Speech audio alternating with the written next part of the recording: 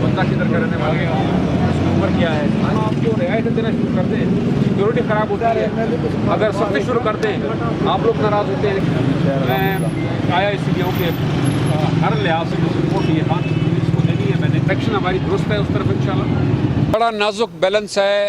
آپ لوگوں پر پابندیاں لگانے کا اور آپ لوگوں کی سیکیورٹی کا انتظام کرنے کا۔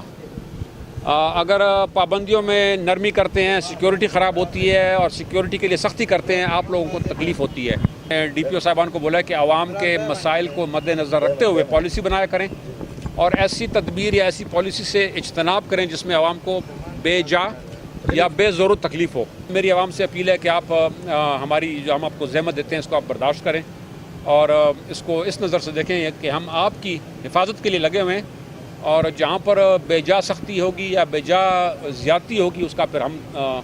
ازالہ بھی کریں گے۔ ڈی آئی جی صاحب بھی ہیں، ڈی پی او بھی ہیں، میں بھی ہوں،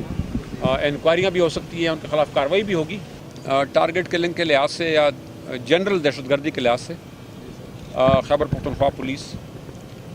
فوج کے مختلف ادارے جو آپ کے ڈی اے خان میں یہاں پر ڈپلائڈ ہیں، ہماری ریگولر مشاورت ہوتی ہے، اس کے اوپر ریگولرلی کام ہوتا ہے۔ پریونشن یا آپریشنز کے لحاظ سے جو کمی بیشی ہے اس کا تجزیہ کرتے ہیں، اور آپ میرے خیال میں ڈی اے خان میں ڈپلائمنٹ جو ہو رہی ہے، نئی ڈپلائمنٹس ہو رہی ہیں، نئی چوکیاں بن رہی ہیں، نئے چیک پوسٹ بن رہے ہیں، آپ کو یہ بھی آپ دیکھ رہے ہوں گے۔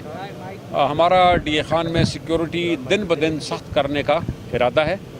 اور ہم ڈی اے خان میں ہر صورت میں انشاءاللہ اللہ کو منظور ہوا ہم ہر صورت میں ڈی اے خان میں امن لے کر آئیں گے، اور دیر پا امن لے کر آئیں گے۔ اور میرا وہ نمبر کو آپ کے پاس لوگوں کا ہے